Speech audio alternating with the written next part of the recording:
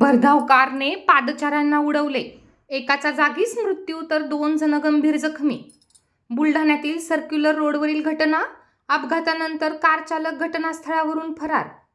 बुलढाणा शहरातील सर्क्युलर रोडवर रात्री थरकाप उडवणारा अपघात घडलाय। समोरून येणाऱ्या भरधाव स्विफ्ट डिझायर कारने रोडच्या कडेने जाणाऱ्या 3 ते 4 नागरिकांना उडवले। या अपघातात एकाचा जागीच मृत्यू झाला असून 2 जण गंभीर जखमी झाले आहेत। प्रशांत किसनराव जाधव असे मृत्यू झालेल्या व्यक्तीचे नाव असून अजय नरेंद्र खांडे आणि विशाल राजू आडेकर हे दोघे गंभीर जखमी झाले आहेत। जखमींवर जिल्हा सामान्य रुग्णालयात उपचार सुरू आहेत। धडक दिल्यानंतर स्विफ्ट डिझायरचा चालक घटनास्थळावरून पसार झाला असून पोलीस त्याचा शोध घेत आहेत।